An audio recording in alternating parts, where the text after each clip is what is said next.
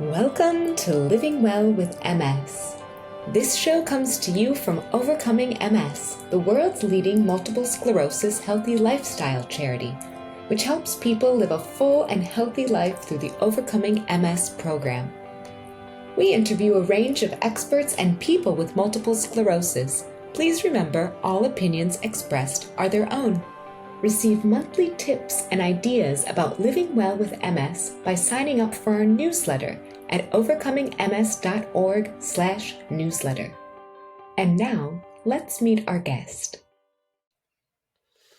Welcome to Living Well with MS podcast, and today I have the great pleasure of being joined by Dr. Terry Wahls. Dr. Terry Wahls is a functional medicine certified practitioner and researcher in lifestyle interventions for multiple sclerosis. She was diagnosed with primary progressive MS and was able to improve her symptoms through diet and lifestyle. So welcome to the show, Dr. Terry Wahls. Hey, thanks, Jeff. I'll make a mild correction. I was first diagnosed with relapsing remitting MS in 2000. By 2003, it was revised to secondary progressive MS, and then I'm in the wheelchair for 4 years. And then, we managed to get out of the wheelchair through some intensive diet and lifestyle. Okay, so secondary progressive, but you're still in a situation similar to myself, actually, where we are somewhat we're siblings. Left behind by the pharmaceutical industry compared to relapse remitting. And I'll mention it now because, and I'll mention it later as well, but we'll put in the show notes links to your website because it's a fascinating story and really is quite inspiring where you were and where you are, and from wheelchair to doing all these cycling events and things. So, but I'll let you introduce yourself. So could you share your story, your MS diagnosis, and how you're doing today? Yeah, so in retrospect, my first neurologic symptoms began during medical school in 1980 with episodes of electrical face pain that would be later diagnosed as trigeminal neuralgia. 20 years later, 13 years later, I have an episode of dim vision in my left eye. That's evaluated. And then 13 years later, I have a weakness in my left leg, and I'm diagnosed with relapsing remitting multiple sclerosis. At that point, I take Copaxone, and my physicians introduced me to the work of Lauren Cordain and the paleo diet. So after 20 years of being a very low-fat vegetarian, I go back to eating meat, become a paleo diet person. I continue to decline. I read the basic science, animal models of multiple sclerosis, Parkinson's, Alzheimer's, and decide that mitochondrial dysfunction drives disability. And so I will create a supplement cocktail for my mitochondria. And actually, it's helpful for my fatigue a little bit. Super grateful. I discover a study using electrical stimulation of muscles. I talk to my physical therapist. We add that. And then I discovered the Institute for Functional Medicine. They have a course on neuroprotection, which I take. I have a longer list of supplements, which I add. And then I have this big aha, Jeff, which is what if I redesign the Paleolithic diet that I've already been following for 5 years based on the nutrients that I've identified as important for the mitochondria. So that's a few more months of research.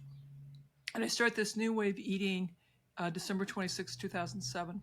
And at that point, I have beginning to have brain fog. I have difficulty sitting up. I'm in a zero gravity chair for my meals at home and for my work. I can take a couple steps with 2 walking sticks. And my electrical face pain is much, much more severe. So it's very clear to me I'm on track to become bedridden by my illness, possibly demented by my illness, and possibly dying with intractable trigeminal neuralgia. But I am doing the best that I can. I start this new way of eating. January comes. I have to start this new job that I've been assigned to, the Traumatic Brain Injury Clinic. The first 2 weeks, I just watch my new partners. The third week, I start having to examine the patients and write my notes. And at the end of the week, I tell my family, actually, I think I can do this. And by the end of the month, when I'm seeing my physical therapist, he says, Terry, you're definitely stronger. And he begins advancing my little tiny workout that I'm doing, which was 10 minutes. Now it's 10 minutes twice a day, then 15 twice a day, 20 minutes twice a day, 30 minutes twice a day. And then I began walking with my walking sticks at the hospital. Everyone's quite stunned by that. And then on Mother's Day, which is the second Sunday in May, I went to try riding my bike. We had this emergency family meeting. And my wife, Jackie, tells my 16-year-old son, Zach, you run alongside in the left. And my 13-year-old daughter, Zeb, you run alongside in the right. And she'll follow. So I get on my bike and, I bike around the block. And of course, that big 16-year-old boy, he's crying. My daughter's crying. Jackie's crying. I'm crying. And after that, every day, I bike a little bit more. And then in October, Jackie comes home and says, honey, I signed us up for the Courage Ride. It's 18.5 miles. And I finished that. I crossed the line. And once again, we're all crying. And this really changes how I think about disease and health. It will ultimately change the focus of my research. My chief of staff at the Veteran Affairs Hospital and the chief of medicine at the University of Iowa want me to start doing clinical trials, testing. Can others with progressive multiple sclerosis implement this complicated regimen that I had? Was it safe? And what's the effect on quality of life, walking, et cetera? So they get me the mentors, and I begin doing clinical trials. Now we've done, I think we're in our 10th trial. I've published over 100 posters, abstracts, oral presentations, and manuscripts about our research. And we've studied, the Paleolithic diet, the ketogenic diets, the SWANK diet, which is a low saturated fat diet. And we've done a wide variety of observational, interventional, and mechanistic studies. So diet matters. It's super exciting. And so, because obviously overcoming MS, that's a sort of modified swank diet. Yes. And one thing about overcoming MS, it's just one of the pillars, but I think we'll come on to that as well later on, that it's not just diet. There's a lot of other factors as well. But from your clinical research, what conclusions have you drawn about lifestyle and the outcomes of someone with MS? So a couple of things I want your listeners to know is I think we all have to decide where disease-modifying treatments fit into your treatment plan. Adopting diet and lifestyle is not in conflict with taking disease-modifying treatments. Whatever decisions you make about the drugs, I want everyone to do the best they can with their diet and lifestyle because that addresses many more of the cellular factors involved in our health. What we've seen from the observational studies, diets high in added sugar, flour-based breads, pastas, cereal, processed foods that have more, here in the United States, food-like chemicals added to the foods, increase the risk of MS, more severe disease, more severe mental health problems, more severe metabolic health, so insulin resistance, metabolic syndrome, diabetes, high blood pressure, high cholesterol. So, and the food supply is designed to tempt you to eat a lot of sugar, a lot of processed foods. So the more you can replace those foods with these radical things known as vegetables, it's a really good thing.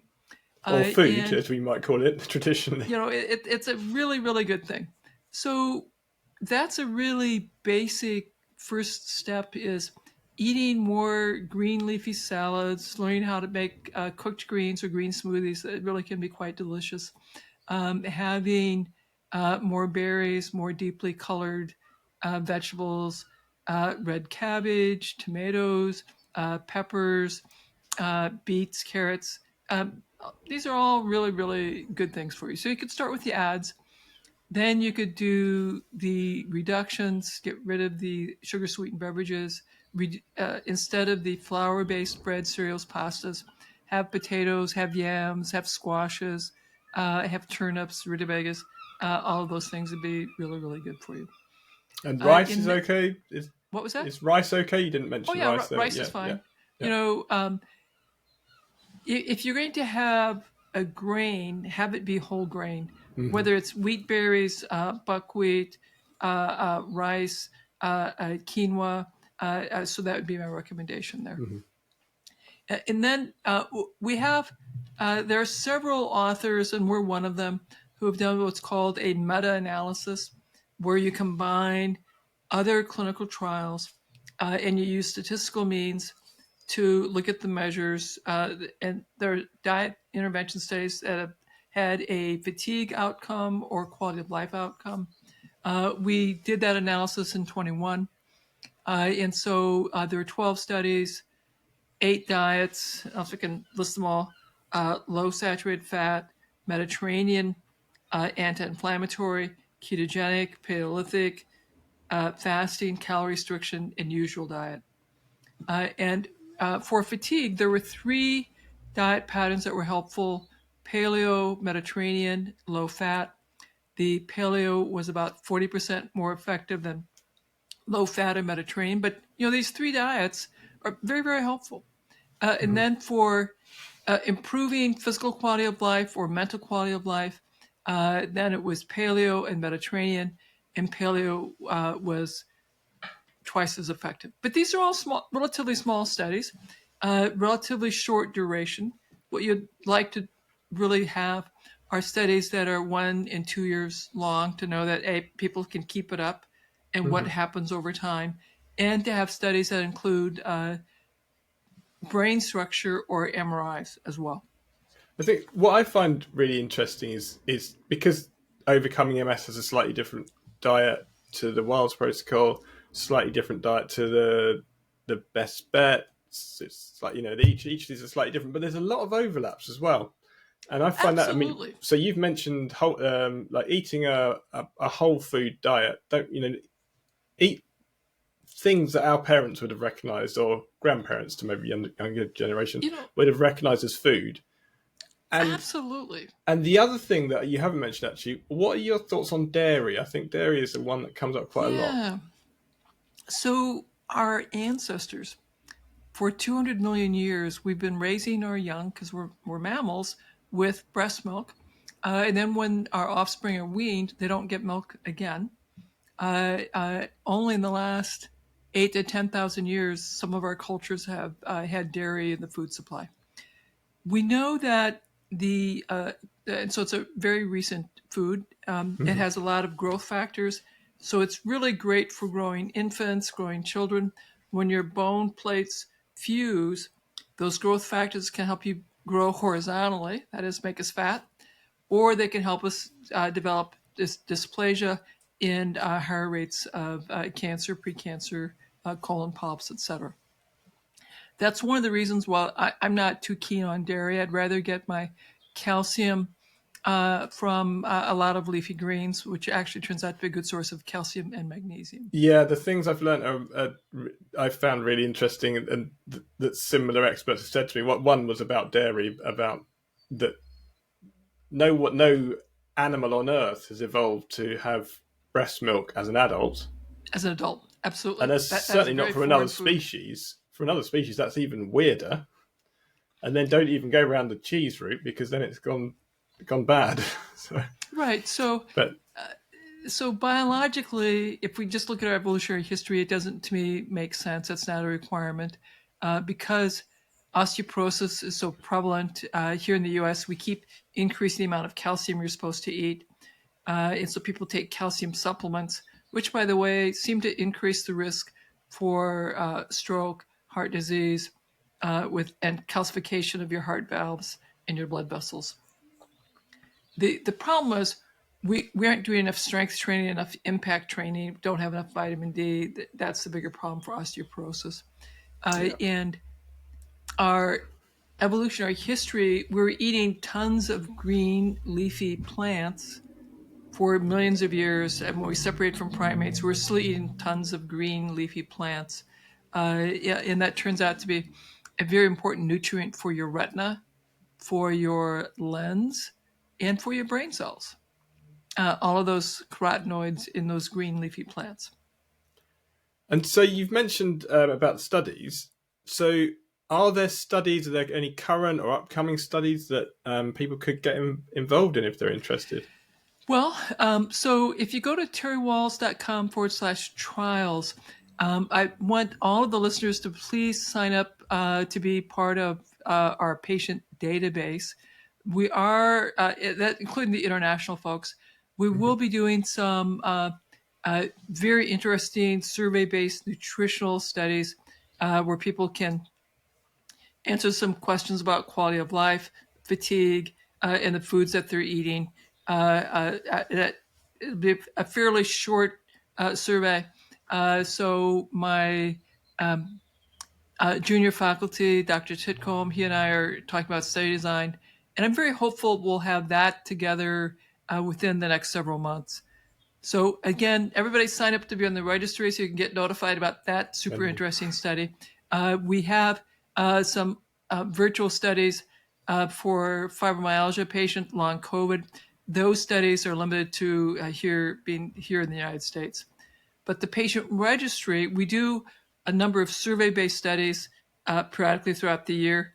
Those studies are available to the international audience as well. We do have listeners in the United States as well, but it's worldwide. So with diet studies, what are some of the limitations on longitudinal diet studies? Oh, yeah.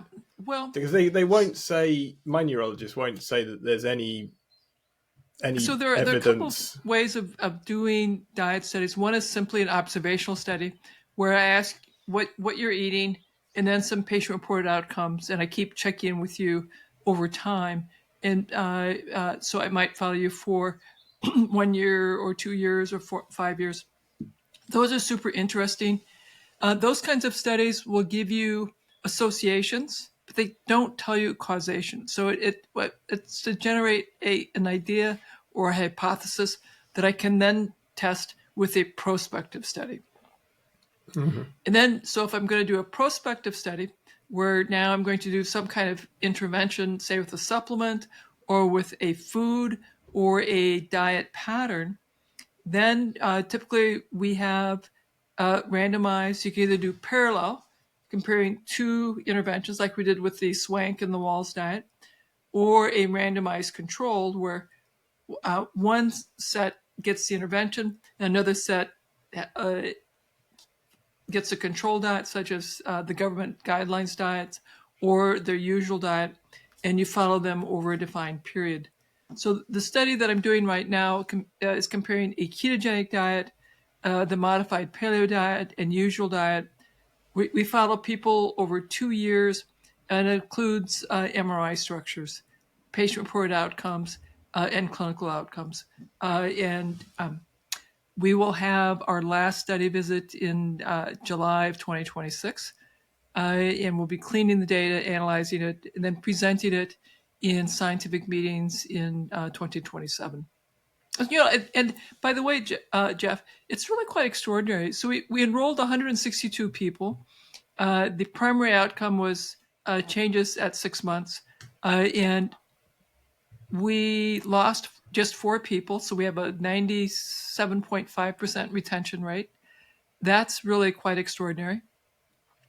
And, as we're going through, we'll see how high our retention is in a diet study, because it's getting people to change their diet and stay on the diet. And then, of course, life happens, difficulties arise. And so you power your study to accommodate a 30% drop off. If you can keep 80% of your participants, that's considered extraordinary. And of course, the longer the study, the more like it is stuff happens and people have difficulty staying in the study for a variety of reasons. So we'll see how well we're doing. The fact that we kept 97.5% to 6 months is very, very exciting. So do you think that there's a point where every MS patient will be recommended an anti-inflammatory whole food diet as part of their Absolutely. treatment? It takes, if you look at Barry Marshall, who was the GI doc who said, H. pylori is the cause of stomach ulcers. He went from being considered sort of crazy, and 25 years later, he gets the Nobel Prize in medicine. So I tell my students it takes about 30 years, in that really I'm just 15 years into my journey. When we did our first study in 2010, we had results in 2011. It took until 2014 for me to get this first paper published, because it was such a radical idea, that this multimodal diet and lifestyle for progressive MS, even though we had spectacular results. Mm-hmm. And then the next paper, it wasn't quite as hard to get published, and we've been able to get our papers into more prestigious journals, including Neurology, which is the most prestigious journal of all. So it takes time, it takes perseverance. You do trials. If you're on to an important positive finding, then you validate that with the next trial, and other people start quoting your work, citing your work. My ideas, which were absolutely condemned in 2009 when I first started talking that diet mattered, and then as I started presenting our research at the MS scientific meetings, my ideas have gone from crazy to accepted to being recognized as one of the early pioneers for diet research. So there's a lot of skepticism about any form of lifestyle change, which I find frustrating. I see a lot of people with multiple sclerosis, and the majority won't really do anything. So for those who are possibly skeptical about lifestyle changes, or they might struggle to stick with those changes, what successes have you seen, both personally and with your patients, to encourage them? Well, first we'll talk about my clinical trials. Every one of our clinical trials, like I said, I think we're in our 10th clinical trial, we're able to show that as people improve their nutrition, fatigue decreases, quality of life improves. And that's about 70 to 80% of folks in a clinical trial have measurable reduction in fatigue, improvement in quality of life.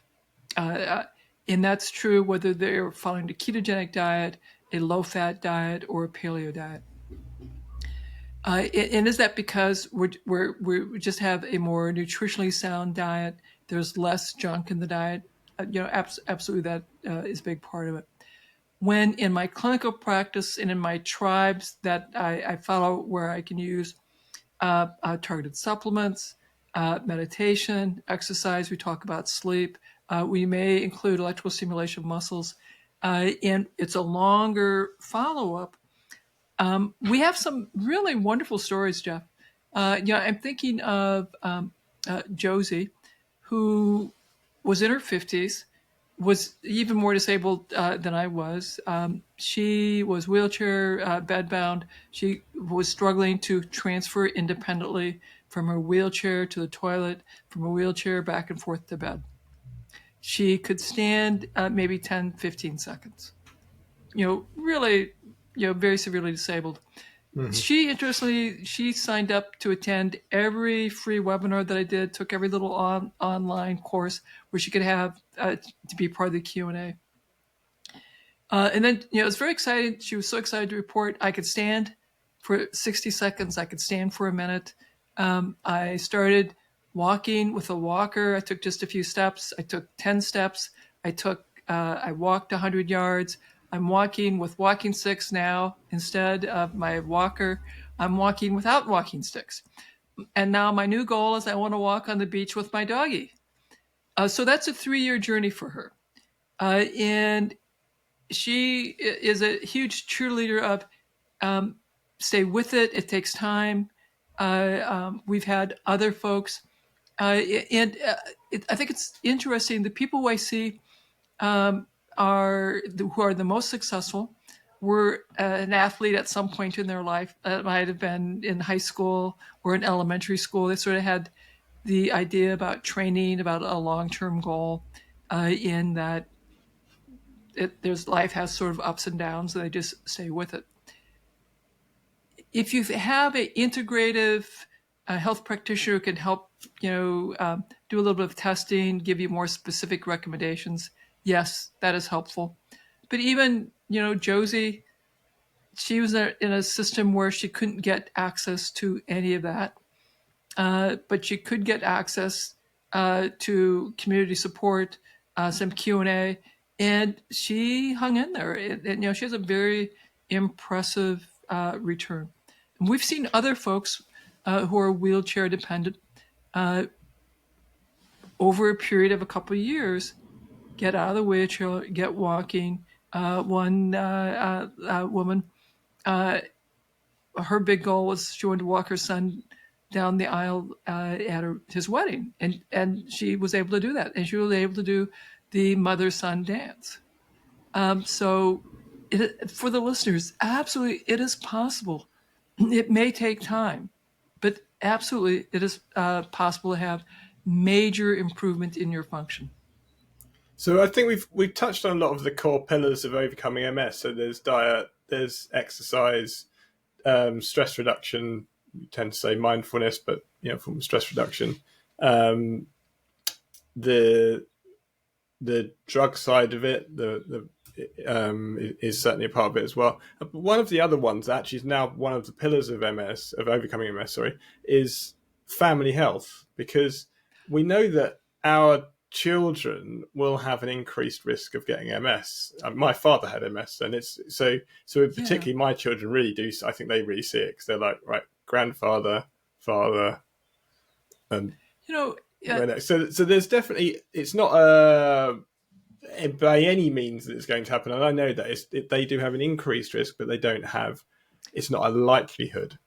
Right, there are about 300 genes that have been identified that increase the risk for having MS. And for most of these genes, maybe it's 1% to 2% risk. There are just a handful of genes where the risk is much higher, 10 to 15%.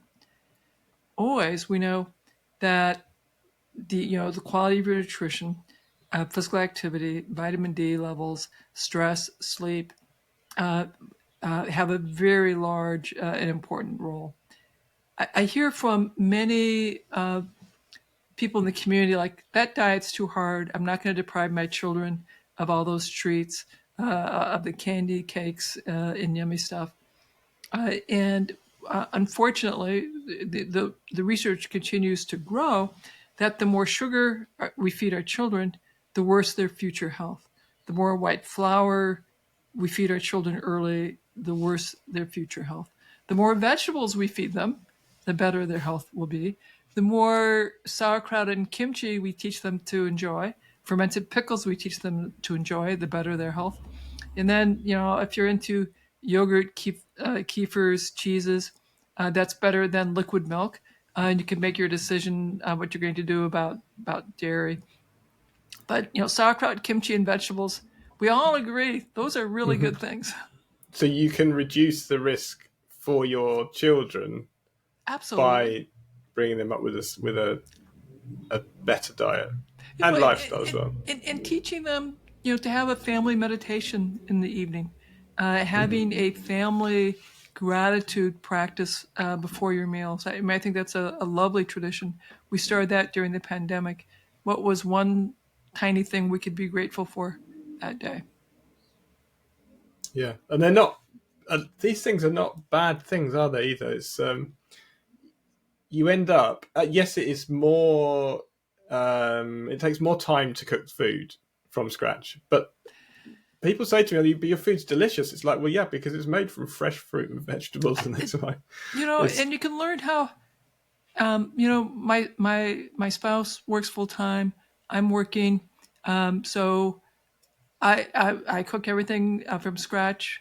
I do a lot of slow cooker meals. If you follow me on Instagram, you see that I'll do skillet meals, and we have pretty simple things with ingredients that we can get here in the Midwest. I'm not looking to spend 2 hours to make a meal. I'm looking for like 15 minutes. And we've touched on pharmaceuticals. So people who've got progressive MS, because there is not as much, there are some things coming online now, but there's certainly less medication.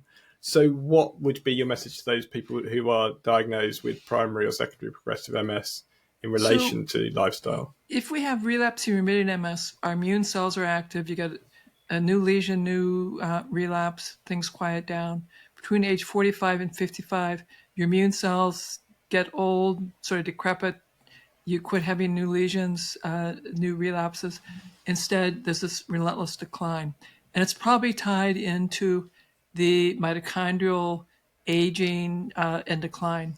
So fixing your mitochondria, it's reducing toxin exposure, plenty of B vitamins, really great nutrition, hormetic stress. That's where if you could have a little exercise, rest, alternating cycles. If you can do a little temperature stress, that would be something that's a little bit warm for you, a little cooler for you, gradually increasing the temperature range that you can tolerate. Then you could do hormetic stress with spices, having a variety of spices that stresses the cellular chemistry a little bit.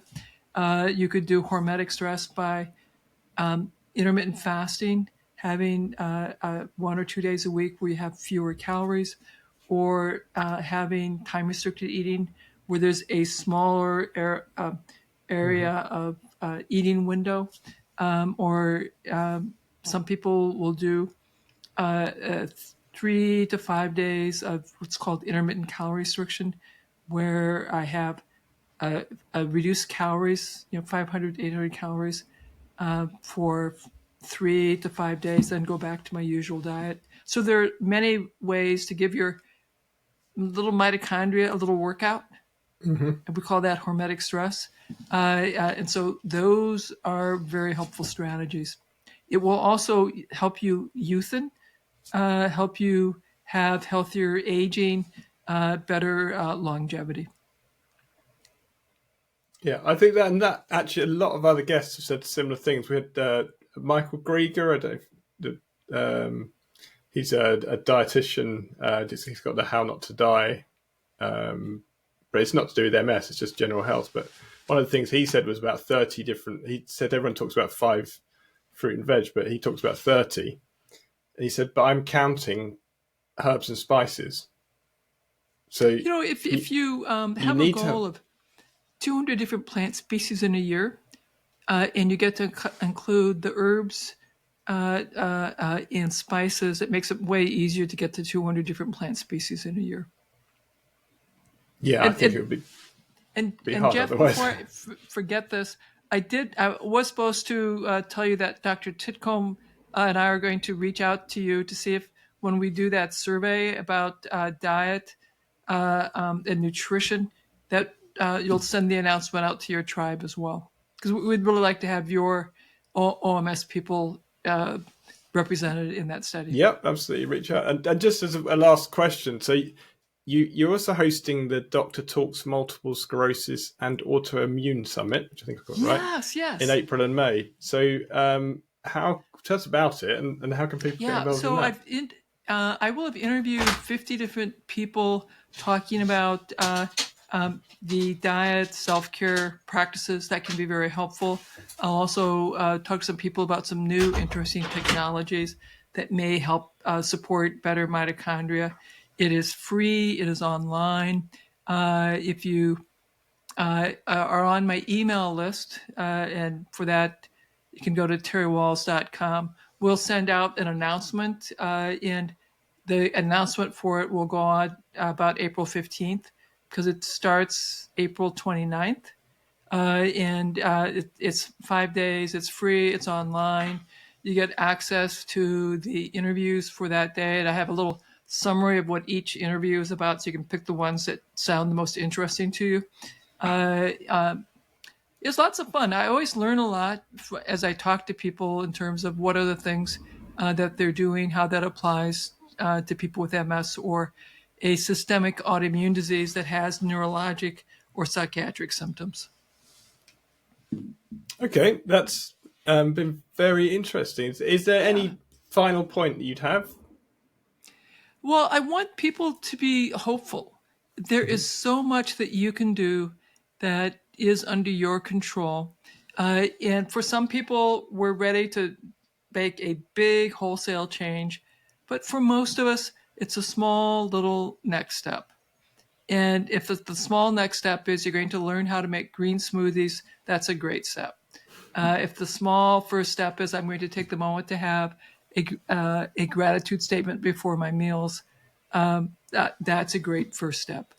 But in the other suggestion I have for all of you is think about being the principal investigator of this most important experiment, which is your life.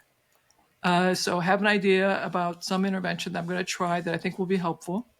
You could write down in your notebook, I'm going to try the intervention. I'm going to sort of rate my symptom that's bothering, whether it's fatigue, headache, pain, and then I'm going to check in at maybe in a month or at least not longer than 3 months to see how that symptom is and decide that that intervention was helpful or not, and then go on to the next intervention. And I predict over time, you will gradually add in things that will help you take a better and better care of you and your family. Okay, and with that, thank you very much for joining us, Dr. Terry Wahls. Thank you, Jeff. Thank you for listening to this episode of Living Well with MS. Please check out this episode's show notes at overcomingms.org/podcast. You'll find useful links and bonus information there. Don't forget to subscribe to the podcast so you never miss an episode, and please rate and review the show to help others find us. This show is made possible by the Overcoming MS community. Our theme music is by Claire and Navdean. Our host is Jeff Alex. Our videos are edited by Lorna Greenwood, and I'm the producer, Regina Beach. Have questions or ideas to share? Email us at podcast@overcomingms.org. We'd love to hear from you. The Living Well with MS podcast is for private, non-commercial use and exists to educate and inspire our community of listeners. We do not offer medical advice. For medical advice, please contact your doctor or other licensed healthcare professional.